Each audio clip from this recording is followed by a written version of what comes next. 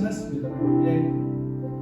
시간이라는 게 매주 말씀드리는 거긴 하지만 이게 상당히 우리가 생각하는 것보다 빨리 갈 때도 늦게 갈 때도 있죠. 예. 그리고 그 시간 안에서 우리가 어떤 사람들을 만나고 어떤 공간에서 무슨 선택을 하며 살아가느냐에 따라서 우리의 삶에 그리스도의 열매가 맺히기도 하고 때로는 하나님 나라가 아닌 다른 곳으로 또 갈 때도 있는 것 같습니다. 우리가 의지적으로 하나님을 찾아가려고 하고 우리가 정말로 나의 감정으로 하나님을 느끼려고 할 때가 많지만 하나님께서 사실은 내 의지와 감정과 상관없이 우리와 함께 하고 계십니다.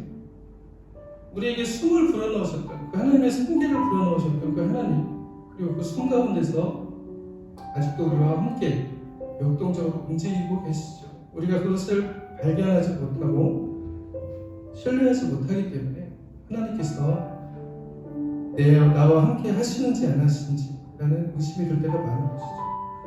오늘 주님 기쁨 되기 원하네 라는 찬양 드리기 원하는데 이 찬양 가운데서도 과연 우리가 하나님의 기쁨이 된다는 것은 내가 무엇을 해서 되는 것이 아니에요.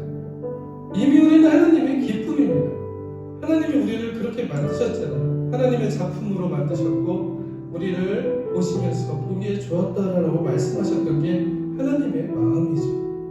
그 마음을 오늘 깊이 느끼며 찬양합니다. 내가 원하는 한 가지 나 주님의 기쁨 되기 원해 라는 의미의 찬양은 이렇게 들으셔야 될 것 같습니다.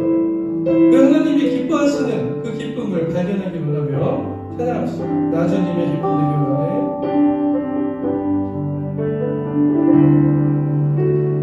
나 주님의 기쁨 되기 원하네.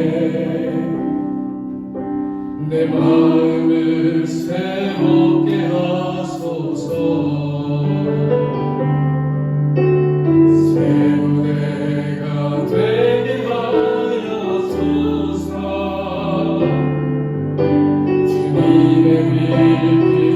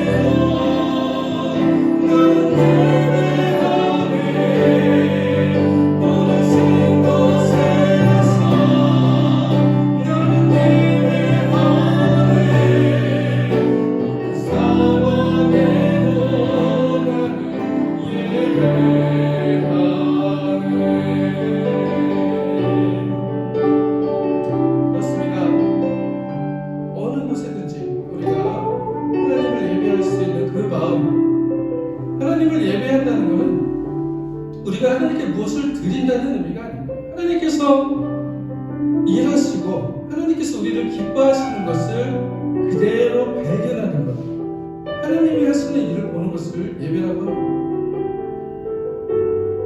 지난번에도 그래서 말씀드렸지만 독일말로 예배는 고테스디스트라고 하죠. 하나님의 일이라고 합니다. 우리가 자꾸 무엇을 해서 하나님께 드리는 것이라기보다는 하나님께서 정말 우리를 기뻐하시고 하나님께서 우리를 위하여 계획하신 일들을 보여주시는 것들을 우리가 발견하고 그 안에 우리의 삶을 던지는 것, 그것이 바로 예배의 의미일 것입니다. 같이 이 의미를 생각하면서 신앙 고백 하시겠습니다. 전능하사 천지를 만드신 하나님 아버지를 내가 믿사오며 그 외아들 우리 주 예수 그리스도를 믿사오니 이는 성령으로 잉태하사 동정녀 마리아에게 나시고 본디오 빌라도에게 고난을 받으사 십자가에 못 박혀 죽으시고 장사한 지 사흘 만에 죽은 자 가운데서 다시 살아나시며 하늘에 오르사 전능하신 하나님 우편에 앉아 계시다가 저리로서 산자와 죽은 자를 심판하러 오시리라. 성령을 믿사오며 거룩한 공예와 성도가 서로 교통하는 것과 죄를 사하여 주시는 것과 몸이 다시 사는 것과 영원히 사는 것을 믿사옵나이다. 아멘. 하나님을 가지고 있으니 같이 찬양하겠습니다. 하나님 보이시니 주 앞에 빨리 나가시라. 너희를 찾는 구주 예수 돌아가시네. 외로운 버스를 영원히 기뻐 뛰며 즐거운데 나의 예수 주 예수 영원히 섬기리. 너희가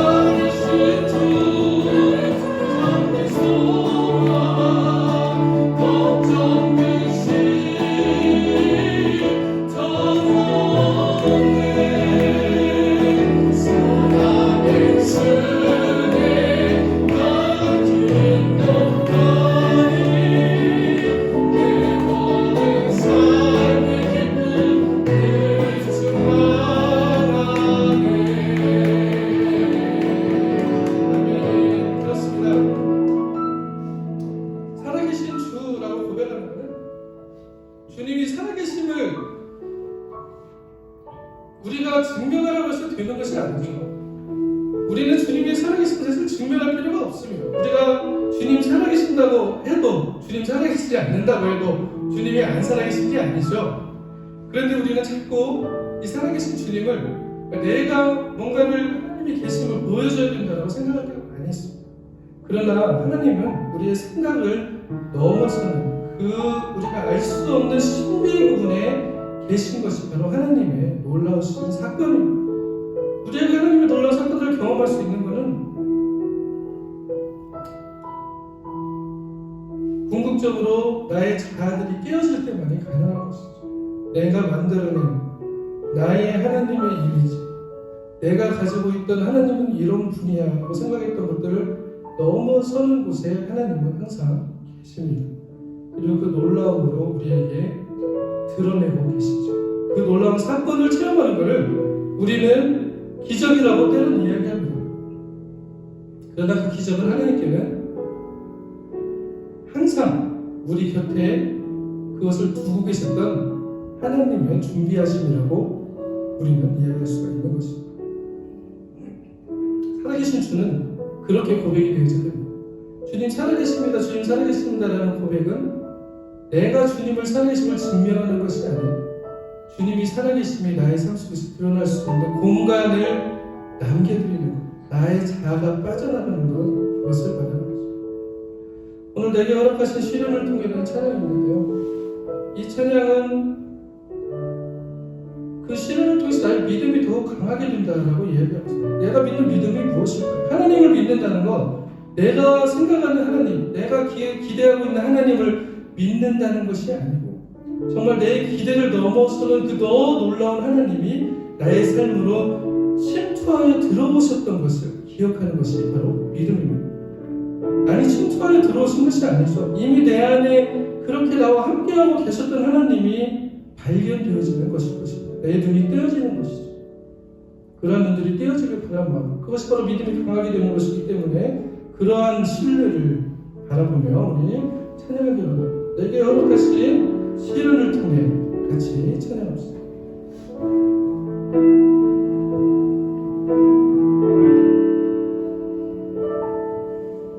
내게 허락하신 시련을 통해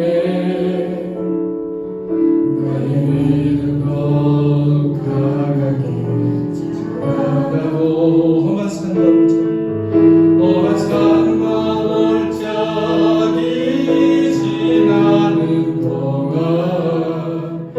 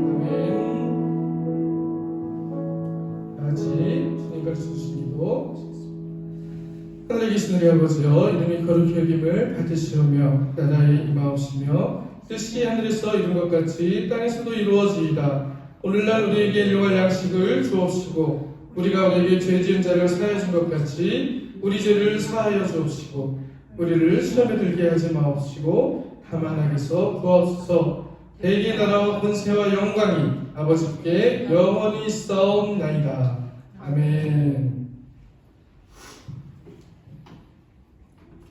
광고 말씀 은주보를 참조하시면 되겠습니다. 오늘 같이 나눈 성경 말씀은 욥기 42장 1절에서 6절의 말씀입니다.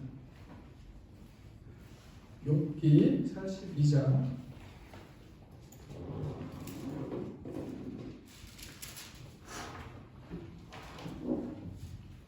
욥기 42장 1절에서 6절 같이 한 목소리로 공독하시겠습니다. 욥이 여호와께 대답하여 이르되 주께서는 못할 일이 없으시오며 무슨 계획이든지 못 이루실 것이 없는 줄 아오니 무지한 말로 이치를 가리는 자가 누구니이까. 나는 깨닫지도 못한 일을 말하였고 스스로 알 수도 없고 헤아리기도 어려운 일을 말하였나이다.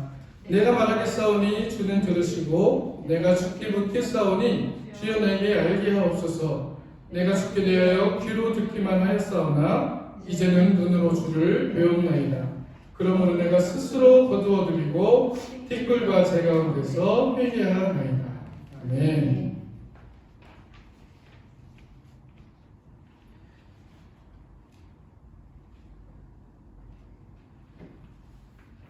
자, 오늘 본문 말씀 욥기 42장 1절에서 6절은 욥이 수많은 갑자기 고난을 당했죠.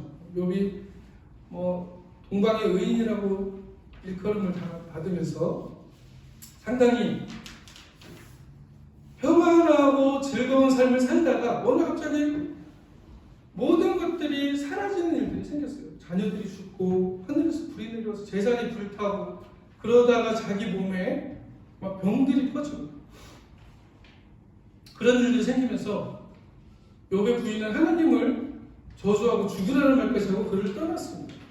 그러한 욥에게 아주 친한 새 친구가 있었던 것 같아요. 그 친구들이 찾아와서 욥과 같이 그 옆에 앉아서 한동안을 지내면서 있었던 일들을 기록한 것이 사실 욥기의 중요 내용들입니다. 이 욥기의 말들을 잘 살펴보면 새 친구들이 욥에게 했던 이야기들은 사실 우리가 잠언에서 많이 들을 수 있는 그 지혜의 말씀들이에요.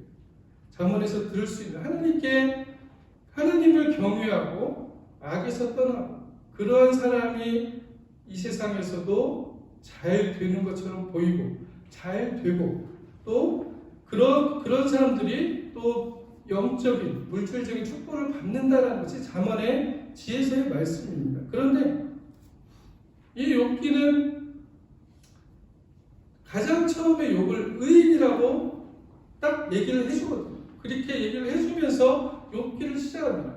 그리고 욥이 고난을 받는 배경에 대해서도 분명히 참소자인 사탄이 하나님께 욥이 까닭 없이 하나님을 그렇게 경외하겠습니까? 라는 그 까닭 없이 이유 없이 아니고 뭔가 이유가 있으니까 그렇게 하나님이 잘해 주시니까 욥이 하나님을 경외하는 거 아니겠습니까? 라는 것에 대한 의미로서 그러한 시험들이 내렸다라고 우리는 알고 있지만 사실 당사자가 그런 일들을 당할 때는 도저히 이해할 수 없는 일들이 사실은 삶에서 일어나게 되는 것들이죠. 우리도 사실은 그러한 일들을 우리의 삶 속에서 또는 우리 이웃의 삶 속에서 많이 겪게 됩니다. 많이 경험하게 됩니다. 정말 저런 일들이 왜 저 사람들에게 일어날까? 라는 일들 아니면 이러한 사건들이 왜 나에게 일어날까? 그러면서 우리가 생각하는 것은 어떤 일입니까? 이 지혜서에서 잠언에서 이야기하는 어떤 그런 인생관들 내가 뭔가 하나님께 잘 하지 못했기 때문에 하나님이 나를 이렇게 하나님께서 나를 벌을 주시는 게 아닌가라는 생각들에 빠지게 되죠. 죄라는 것을 어떤 이유를 가지고 설명하려는 그러한 것들을 우리는 많이 시도를 합니다. 근데 욥기는 사실 이 어떠한 이런 사건들이 일어났을 때 이것이 무슨 이유가 있어서 생긴 일이 아닌 것도 있다는 것을 지금 욥기에서는 드러내주고 있는 것이죠. 가장 중요한 게 오늘 욥기의 마지막 4절을 보면 5절을 보면 42장 5절을 보면 내가 죽게 되어 귀로 듣기만 하였사오니 이제는 눈으로 주를 배웠나이다 라고 욥은 고백을 합니다. 이 욥기의 친구들이 욥을 위로하는 것처럼 시작하지만 욥을 공격하기 시작하죠. 네가 지금 이렇게 돼 있는 상태는 분명히 하나님께 네가 속으로 뭔가 죄를 지었기 때문에 욥이 뭔가 문제가 있었기 때문에 하나님이 이렇게 지금 하나님이 실신한 거 아니냐. 우리 하나님을 친다는 말을 많이 하지 않습니까? 그러지 않느냐라는 것이 사실 세 친구들의 주장입니다. 그리고 욥은 거기에 반해서 나는 그러지 않았다.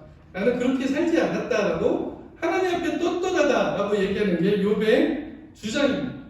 그러면서 나중에 그 토론들이 점점 깊이 가면 갈수록 어떻게 되냐면요. 세 친구들이 욥에게 이제는 화를 내기 시작합니다. 그렇다니까 왜 잘못했다고 인정을 안 합니까? 너 맞다 라고 얘기를 하죠.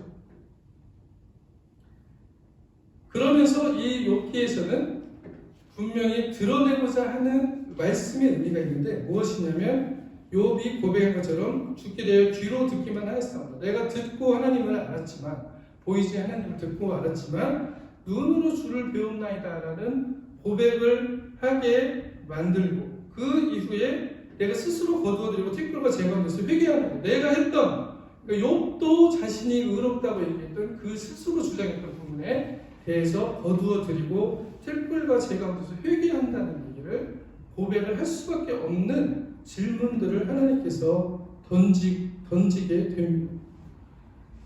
우리가 살아가면서 여러 사람들을 만나는데 사람들이 그런 얘기를 많이 하죠. 하나님 보이면 믿을게. 하나님 보여줘. 보여주면 믿을 것 같아. 라고 얘기하시는 분들 참 많습니다.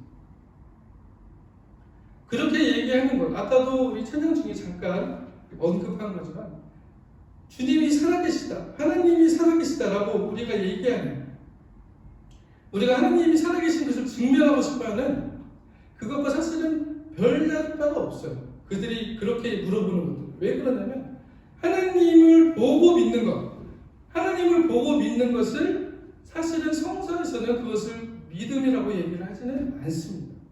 왜 그러냐면 어떠한 것을 이미 하나님이 하나의 존재로서 예수님과 같이 예수님이 사실은 하나님의 존재로서 드러난 거였잖아요. 그러나 하나님께서는 그 이전에 하나님을 실체화하고 내 눈앞에 드러난다면 이미 그 존재는 사람들이 저마다의 방식으로 이해하고 단편화시켜버리는 그런 하나님이 될 수밖에 없기 때문에 하나님은 사실 보이지 않는 하나님이신 것입니다. 그래서 하나님은 우리가 아마 볼 수 없는 존재, 마치 없는 것처럼 보이는 존재인 것이죠. 그런데 반대로 하나님께서는 그와 반대로 실제로 또 하나님께서 말씀이 육신이 되어서 예수님을 보내주기도 하셨습니다. 그러나 예수님께서 세상에 드러나셔서 하나님의 말씀을 따라 살아가셨던 그 삶을과 사람들이 마주치게 되었을 때 그렇게 하나님을 보여달라고 했던 사람들이 어떻게 됐습니까? 하나님을 하나님으로 인정하지 않았죠. 인정하지 않았어요. 오히려 예수님이 살아간 그 예수님의 삶은 곧 하나님의 말씀을 완전히 이루는 삶이었죠. 그렇죠? 말씀이 육신이 돼서 살아가셨기 때문에 그 삶은 하나님의 말씀을 온전히 이루시는 삶이었는데 그 삶을 직접 보면서도 뭐라고 얘기했어요? 그 사람들이 죄인들과 먹고 마시고 부정한 사람들과 같이 다니는 저 나사렛 예수라고 이야기했죠. 그러면서 나중에는 자신들의 뜻과 생각에 맞지 않음으로 인해서 예수님을 결국 십자가로까지 내몰았던 것. 그것이 바로 우리 인간이 만난 진짜 메시아였습니다. 사람은 메시아를 구원자를 진짜 만났는데도 어떻게 있습니까? 자신의 생각과 잣대에 맞지 않음으로 인해서 거부한 것이죠. 그리고 자신의 생각과 잣대에 맞는 메시아를 아직도 기다리는 사람들도 있습니다. 메시아가 오지 않았다라고 얘기하면서요. 이것이 보여주는 단편적인 건 뭘까요? 성서의 전체적인 이야기를 통찰적으로 볼 때 이러한 것들이 보여주는 단편적인 의미는 인간이 만들어낸, 우리 사람들이 만들어낸 생각과 사상, 그리고 어떤 무슨 주의들, 나는 민족주의, 나는 국가주의, 나는 자유주의, 나는 민주주의, 이런 주의는 이데올로기잖아요. 이것이 절대적이라는 얘기를 한 거거든요. 이러한 것들이 진정한 진리로 우리를 인도할 수 있는 것이 아니고, 오히려 그러한 것들을 통해서 자신의 옳음을 더 증명하려 한다는 것을 드러내고 있는 것입니다. 내가 증명하려고, 내가 말하고 하려는 사실이 진짜라는 것을, 그것을 근거로 진리라고 이야기하고 싶어 하는 것이죠. 이것이 바로 인간이, 사람들이 이야기하는 참으로 말해지는 것, 진리를 대하는 태도입니다. 성서에서도 그렇게 진리를 대했기 때문에, 진리이신 하나님의 말씀이 육신으로 들어가서 살아가셨는데 그 삶을 보면서 그들은 거부했던 것이죠. 성서를 읽으면서 많이 그런 생각들을 해보셨을 거예요. 나는 그 당시에 살았으면 저 사람들 같이 하지는 않을 거예요. 왜 저 사람들은 저랬을까? 나는 그렇게는 안 할 것 같은데 라고 생각하실 수도 있습니다. 그런데요, 지금 예수님이 만약에 오셔서 살아가신다면, 그렇게 똑같이 그 하나님의 말씀으로 살아가신다면, 사실 우리가 가지고 있는 생각과 지혜들은 완전하지 않기 때문에 어쩌면 우리도 예수님을 못 알아볼 수 있는 경우도 생길 수가 있습니다. 그것을 단적으로 소설로 쓴 게 까라마조프의 형제들이라는 책이었죠. 그 책에서 나오는 예수님이 찾아왔는데, 오히려 종교 지도자들, 지금 현재의 종교 지도자들은 예수님을 거부합니다. 제발 오지 마세요. 떠나세요. 라고 얘기하는 그 책의 내용과 똑같은 것이죠.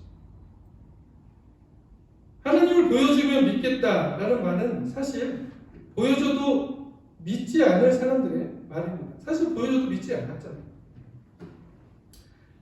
그리고 보여지는 것을 믿는 신앙은, 그것은 신앙이라고 할 필요가 없이 그건 누구나 믿을 수 있는 거죠. 누구나 잡을 수 있는, 누구나 실체화할 수 있는 것을 만들어내기 때문에 결국 그러한 믿음의 형태는 인간의 머리 안에, 우리의 생각 안에 하나님을 전부 이해하려는 숨어져 있는 교만과 오만들이 들어있다는 것을 우리는 발견해야 되는 것입니다. 인간이 추구하는 것이 사실은 그러한 부분들이 상당히 많이 있어요. 하나님은 그래서 사실은 자기의 이름도 알려주지 않으십니다. 왜 그럴까? 내 이름이 붙여지는 순간, 하나님의 이름을 알려주는 순간 인간은 그 이름으로 하나님을 다 이해해버리기 때문이죠. 사실 우리가 지금 하나님이라고 이야기하는 이 하나님의 이름은 하나님이 붙여주신 게 아니죠. 인간이 우리가 붙여놓은 거. 출애굽기 3장 13절에 보면 정확하게 하나님께서 말씀을 하시죠. 하나님이 모세에게 이르시되 나는 스스로 있는 자다라고 말씀하시면서 너는 이스라엘 자손에게 스스로 있는 자가 너에게 보냈다라고 얘기하라고 말씀하시죠. 13절에 모세가 당신의 이름이 무엇이라고 내가 전하리까? 라고 묻는 것에 대한 대답입니다. 절대 하나님이 어떤 분이신지에 대한 나는 누구다라고 얘기를 하지 않았어요. 나는 스스로 있는 자다. 그게 바로 하나님이 하나님을 나타내신 방법이었습니다. 이 이름 붙임이라는 것이 별거 아닌 것 같은데요. 사람은 어떠한 것에든지 이름을 붙이고 싶어 합니다. 단적인 예로 뭐가 있죠? 태풍이 오면 어떻습니까? 태풍이 오면 태풍에 이름을 붙여요. 그것을 이름을 붙여놓으면 내가 조금 더 그것에 대해서 아는 것 같고, 그리고 그것과 조금 더 친밀한 느낌이 듭니다. 이름을 붙여놓기 시작합니다. 그렇기 때문에 우리가 가지고 있는 생각과 우리가 가지고 있는 이성들은 이러한 이름 붙이지 않은 이 모름에 대해서, 내가 알지 못하는 영역에 대해서 못 견뎌하는 그러한 성향을 가지고 있습니다. 이것이 수많은 과학의 발전들을 가져왔고 수많은 삶의 도전들을 가져온 것은 맞지만 그것을 통하여서 인간 스스로가 어쩌면 또 신이 되려고 하는 그런 노력들을 많이 했다는 것을 또 성서는 증언하고 있는 것이죠. 하나님은 그래서 이름을 말하지 않으셨습니다. 이러한 상태로, 이러한 의미로 사람의 생각들을 들여다볼 때 이러한 지혜론적이고 이런 잠언적인 인생관의 이야기, 딱 정해져 있는 인생관의 이야기, 하나님의 복을 얻은 사람은 하나님께 죄가 없는 사람이다라는 이러한 인과관계에 의한 어떤 세계관들은 결국 욥기 38장에서 41절에 나오는 하나님과의 질문에서 욥의 내가 의롭다고 이야기하는 그 주장들, 욥의 세 친구들이 말하는 너는 뭔가 죄를 지었기 때문에 지금 이 상태에 와 있는 거야 라고 얘기하는 그 욥의 세 친구들에 대한 주장도 하나님께서는 거기에서 반박을 하지 않고 질문을 던지십니다. 어떠한 질문을 던지시냐면요, 38장 1절부터 보시면 그때 여호와께서 폭풍 가운데 욥에게 말씀하여 이르시되 무지한 말로 생각을 어떻게 하는 자가 누구냐 라고 시작합니다. 우리가 이야기하는 하나님은 어떤 분이야? 하나님은 이러한 분이세요 라고 얘기하는 것은 이미 하나님의 한 부분만을 이야기하고 있었다는 것이죠. 그런데 그것을 우리는 어떻게 이해합니까? 내가 깨달은 하나님, 내가 만난 하나님, 내가 발견한 하나님이 마치 하나님의 전부인 것처럼 이해를 하고 있었다는 것이죠. 그래서 하나님께서는 욥에게 말씀하십니다. 무지한 말로 생각을 어떻게 하는 자가 누구냐. 그렇게 생각을 이해를 하고 있기 때문에, 그렇게 우리가 하나님에 대해서 진리에 대해서 이해를 하고 있기 때문에 사람들 간에 자기 것이 진짜라는 논쟁들이 계속 생겨나는 것이죠. 그래서 너는 대장부처럼 허리를 묶고 내가 내게 묻는 것을 대답하라 라고 이야기하시는 하나님이 38장 4절에 내가 땅에 기초를 넣을 때 네가 어디에 있었느냐, 네가 깨달아 알았거든 말할지니라 라고 시작하시면서 38장부터 41장까지 3장에 걸쳐서 이러한 질문들을 연달아서 적어놓으십니다. 계속 이러한 질문들, 네가 이것을 아느냐, 네가 이것에 대해서 네가 대답할 수 없느냐 라는 질문들이죠.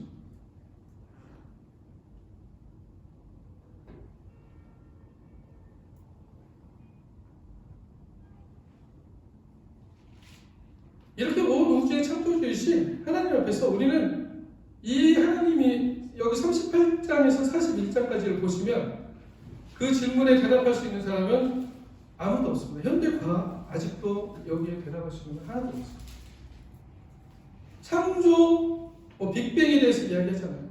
빅뱅 아무도 모릅니다. 그게 어떻게 빅뱅이 시작됐는지 몰라요. 알 수 없습니다.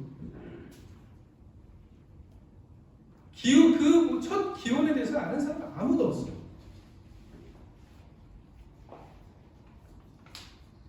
이것은 아무리 과학이 발달해도 다가갈 수 없는 하나님의 놀라운 창조의 수만 분의 1밖에 되지 않기 때문입니다.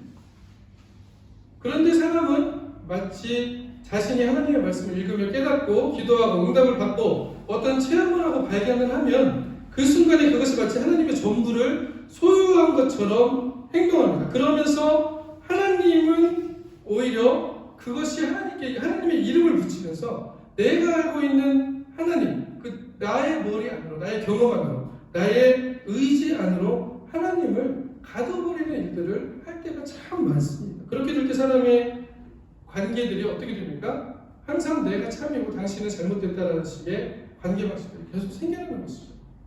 이거는 부당 신앙의 이야기들만이 아닙니다. 우리의 삶 안에서 항상 있는 것들이에요.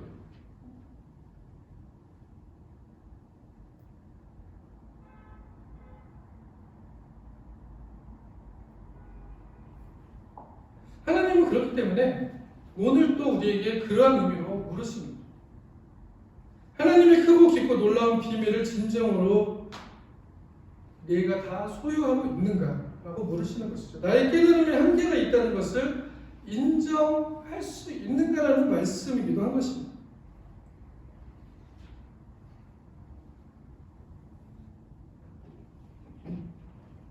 사람이 그렇게 사람이 된 거예요. 사람이 됐다는 것은 하나님께서 창세기에 그렇게 설명하시죠. 사람이 생명이 된 것은 하나님이 티끌을 취하셔서 거기에 하나님의 기운을 니슈마 타임이라고 하죠. 생명의 호흡을 불어 넣으셨고, 그래서 우리는 생령이라고 얘기합니다. 네페시하야라는 말로 살아있는 존재가 되었다는 말이죠. 하나님께서는 인간이 어떻게 살아있는 존재가 되었는지에 대해서 분명히 말씀을 하고 계세요.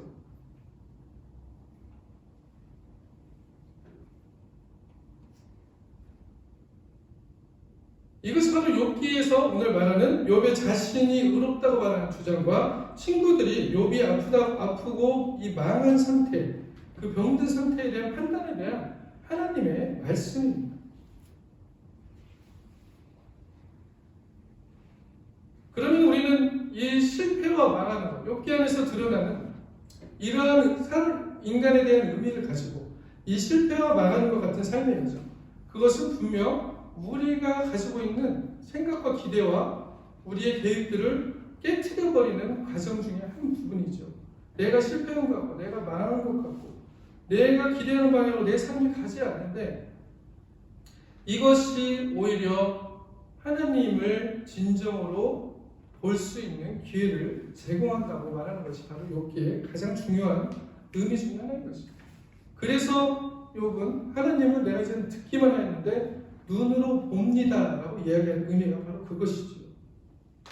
눈으로 본다는 것은 우리가 눈으로 실체화된 하나님을 본다는 의미, 그 의미보다 정말 내 삶에 하나님이 정말로 함께하고 계셨구나, 내 삶 안에서 하나님이 나와 숨쉬고 계시고 여기 불어있는 바람 가운데서도 하나님이 운행하고 계시고, 저기 서있는 저 식물 안에도 하나님께서 하나님이 하나님됨을 드러내고 있다는 것을 볼 수 있는 그 눈을 이야기하는 거죠. 그것을 봤을 때 우리는 내가 하나님을 눈으로 봅니다라고 욥은 이야기했던 것이죠. 그래서 로마서 1장 19절부터 보면 하나님을 알만한 것이 그들의 속에 보임이라 하나님께서 이를 그들에게 보이셨다라고 얘기하시면서 하나님의 영원하신 능력과 신성이 그 만드신 모든 만물에 보여 알려졌다라고 말씀하십니다. 그리고 이것을 이렇게 알려졌기 때문에 하나님이 없다라고 핑계할 수 없다는 것이죠. 반대로 얘기하면 우리는 하나님이 있고 없고에 대해서 우리가 하나님이 계십니다라고 주장하는 것이 그렇게 의미가 있다는 것이 아니라는 것을 이야기할 수가 있습니다. 하나님은 우리가 하나님이 계시다고 해도 계시고요, 하나님이 안 계시다고 해도 계시죠.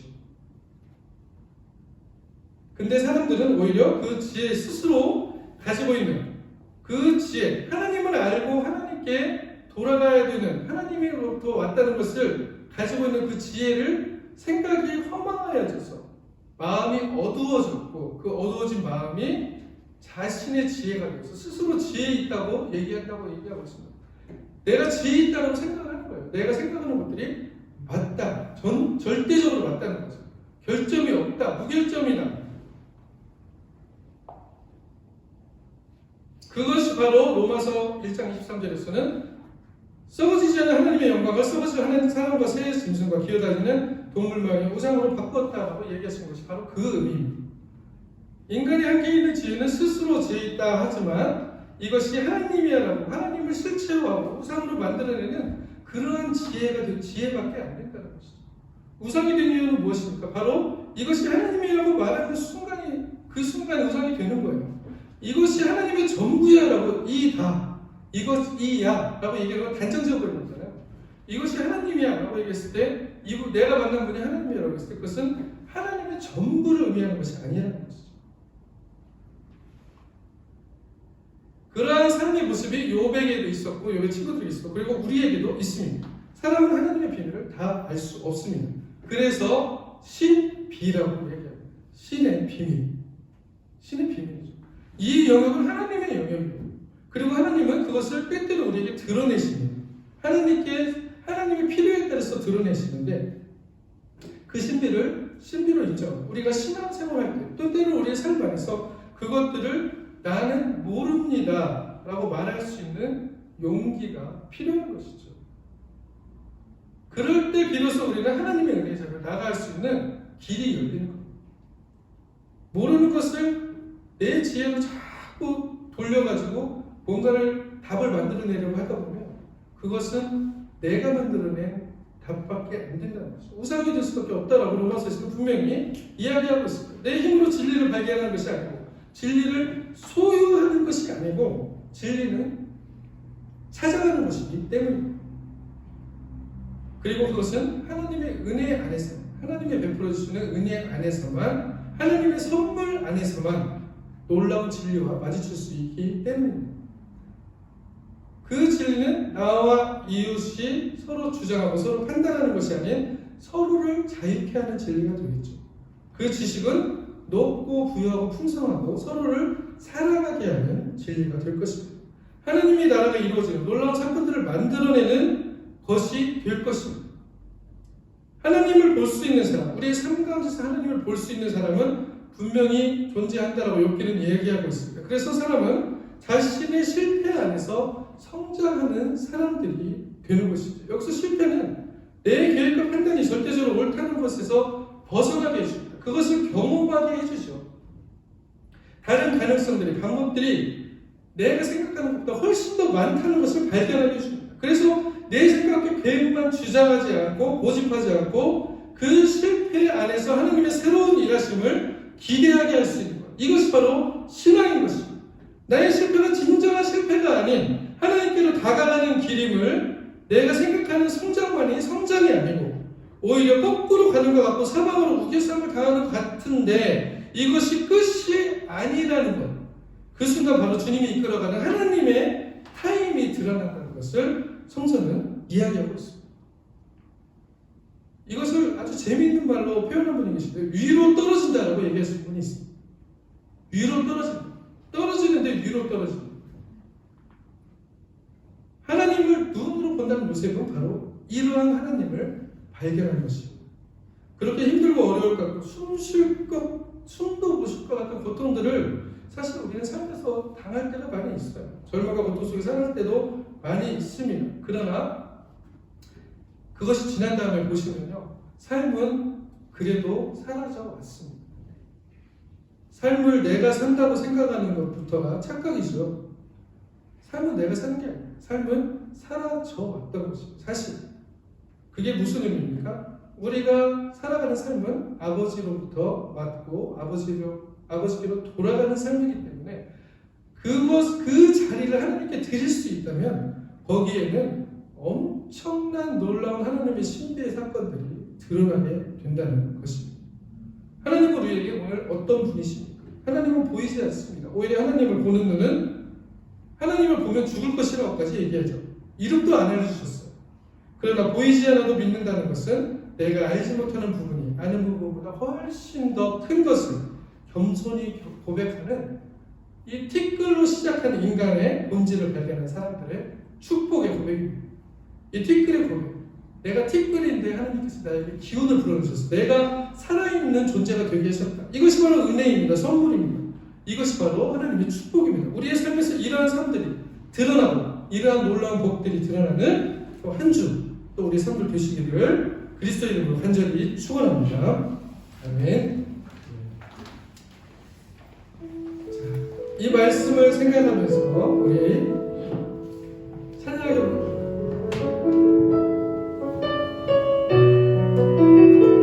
그리스도인이 된다는 것은 사실 이러한 의미죠. 모든 상황과 어떤 상황 안에서도 이 하나님의 함께하심을 바라보는 사람들, 그것을 볼 수 있는 눈을 가진 사람들이 그리스도인입니다.